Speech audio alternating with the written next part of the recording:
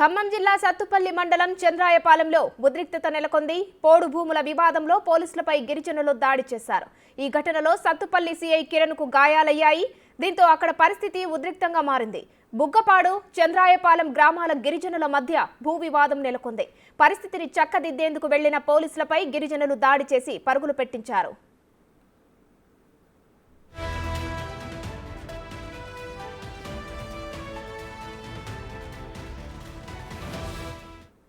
ఖమ్మం జిల్లాలో గిరిజనుల మధ్య పోడు భూముల వివాదం చెలరేగింది. ఈ ఘటనకు సంబంధించిన మరిన్ని డీటెయిల్స్ మా ప్రతినిధి భాస్కర్ ఫోన్ లైన్ లో అందిస్తారు. భాస్కర్, ప్రెజెంట్ అక్కడ సిచ్యువేషన్ ఎలా ఉంది? దీనిని అదుపు చేయడానికి వచ్చిన పోలీసులను కూడా వాళ్ళు పంపించేశారు. దీనిపై అప్డేట్స్ ఏంటి భాస్కర్?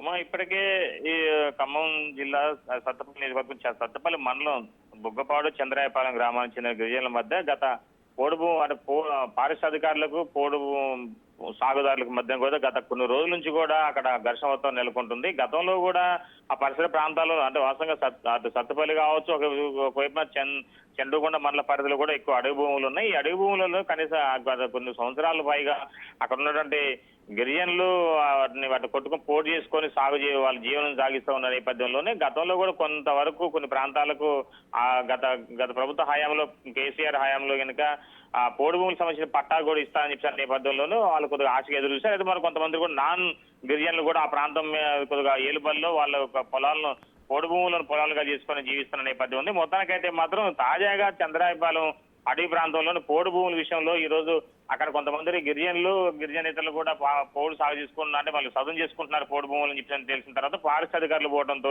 ఒక్కసారిగా వాళ్ళకి ఫారెస్ట్ అధికారులకు మరోవైపున ఈ అక్కడ ఉన్న స్థానిక ప్రజలకు మధ్య కాస్త ఘర్షణ వాతావరణం చోటు చేసుకుంది. అది పరిస్థితి శృతిమించడంతో ఒక్కసారిగా స్థానిక పోలీసులకు సమాచారం అందించారు. అయితే సమాచారం అందించిన తర్వాత పోలీసులు కూడా అక్కడ రంగప్రవేశం చేసి సిఐ కిరణ్ ఒక్కసారిగా అక్కడ ఉన్న స్థానికులపై కావచ్చు పోడు సాగు చేసుకునే వాళ్ళపై ఒకసారి దురుసుగా ప్రవర్తించడంతో వాళ్ళకు పురుష పదజాలను వాడి వాళ్ళకు ఆగ్రహానికి గురి చేసినట్టుగా మనకు అక్కడ వదంతులు వినపడుతున్నాయి. ఉమా, మొత్తానికైతే మాత్రం ఆ ప్రాంతం నుంచి కూడా ఒక్కసారిగా స్థానికులందరూ కూడా భారీ ఎత్తున ఉండడంతో సిఐ పై దాడి చేసే విధంగా ఆ ఘటన జరిగిందని చెప్పుకోవచ్చు. ఉమా, భాస్కర్, ప్రెసెంట్ అక్కడ ఇంకా గొడవ కంటిన్యూ అవుతుందా? ప్రెసెంట్ గొడవ సద్దు మణిగిందా?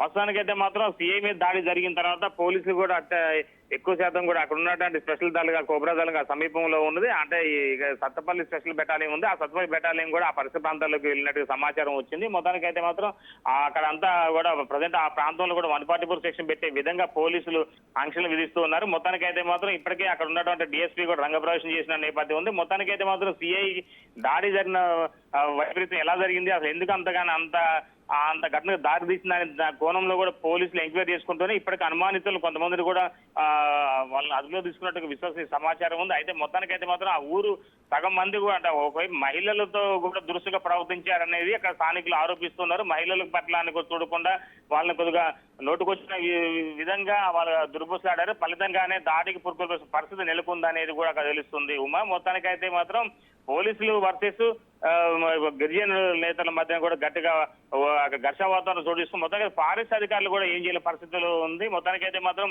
సివిల్ అధికారులు కాస్త సమయం పాటించినట్టయితే కనుక పోలీసు అధికారులు సమస్య జటిలమయ్యేది కాదనేది కూడా ప్రధాన ఆరోపణ ఉందని చెప్పుకోవచ్చు. Uma, right, thank you Bhaskar.